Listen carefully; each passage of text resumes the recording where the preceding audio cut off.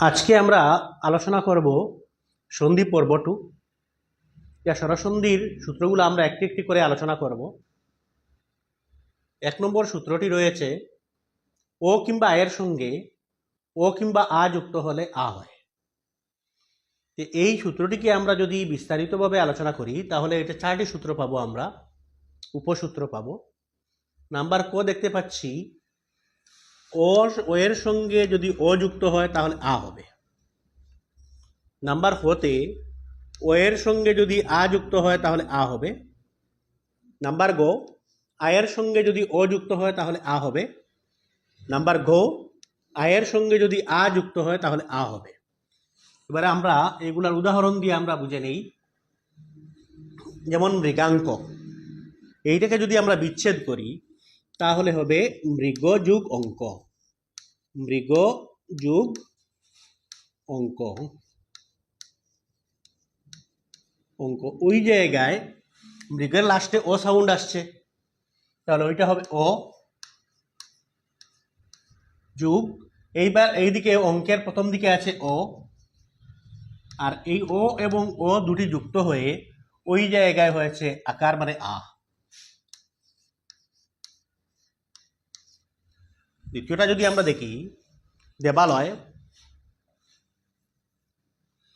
দেবালয় আমরা যদি দেখি তো ওইটা হবে দেবযুগ আলয়। এটাকে আমরা দেব বলতে পারবো না, দেব বললে ব চলে আসবে, ও আসবে না। ওইটাকে আমরা বলবো দেবযুগ আলয়। দেবযুগ আলয় সমান দেবালয়।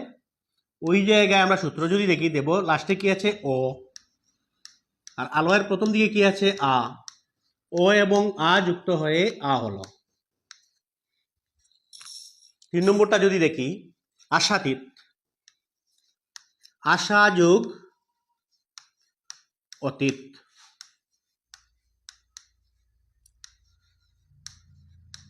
ওই জায়গায় দেখবো আমরা আশার লাস্টে আকার আছে আ, অতীতের প্রথম দিকে ও আছে, ও আ এবং ও যুক্ত হয়ে হলো আ।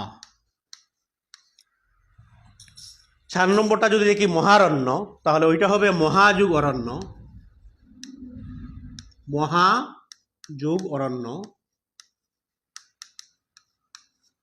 ওই জায়গায় মহার লাস্টের দিকে আছে আ এবং অরণ্যের প্রথম দিকে আছে ও, আ এবং ও যুক্ত হচ্ছে, যুক্ত হয়ে হলো আ। এর পরেরটি আছে বিদ্যালয়। বিদ্যালয়ে বিদ্যাযুগ আলয়। বিদ্যা লাস্টের দিকে আছে আ, ওইদিকে আলোর প্রথম দিকে আছে আ। তাহলে সূত্রটা হবে, আমরা ইজিলি বুঝতে পারছি, আ যোগ আ সমান আ। আমাদের 1 নম্বর সূত্রটি শেষ হয়ে গেল। এবার আমরা দ্বিতীয় সূত্রে চলে যাব। দ্বিতীয় সূত্রটি হলো রস্বই কিংবা দীর্ঘইর সঙ্গে রস্বই কিংবা দীর্ঘই যুক্ত হলে দীর্ঘই হয়। ওইটাকে আমরা বিস্তারিত করে 4টি উপসূত্র পেলাম। নাম্বার ক রস্বই যোগ রস্বই সমান দীর্ঘই। নাম্বার ক রস্বই যোগ দীর্ঘই সমান দীর্ঘই। নাম্বার গ দীর্ঘই যোগ রস্বই সমান দীর্ঘই। নাম্বার গ দীর্ঘই যোগ দীর্ঘই সমান দীর্ঘই।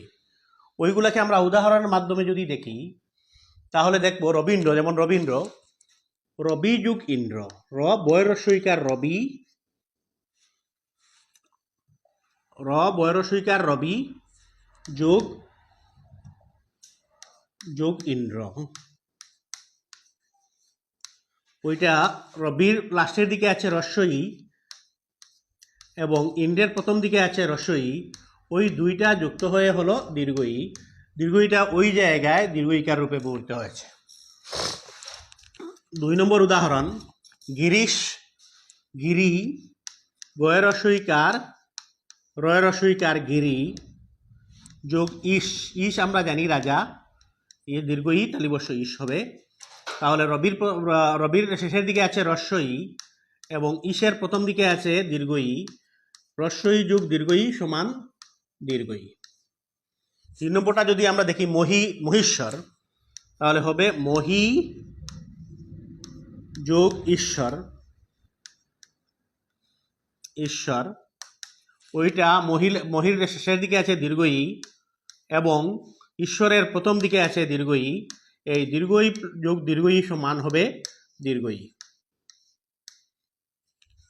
শেষটা রয়েছে শচীন্দ্র, এইটা হবে শচী তালিবস্য ছয় দীর্ঘিকার শচী যোগ ইন্দ্র, রসই দন্তীয় নয় দয় রফলা ইন্দ্র। ওই সূত্রটা হবে শচীর লাস্টের দিকে আছে দীর্ঘ ই এবং ইন্দ্রের প্রথম দিকে আছে রস্বই।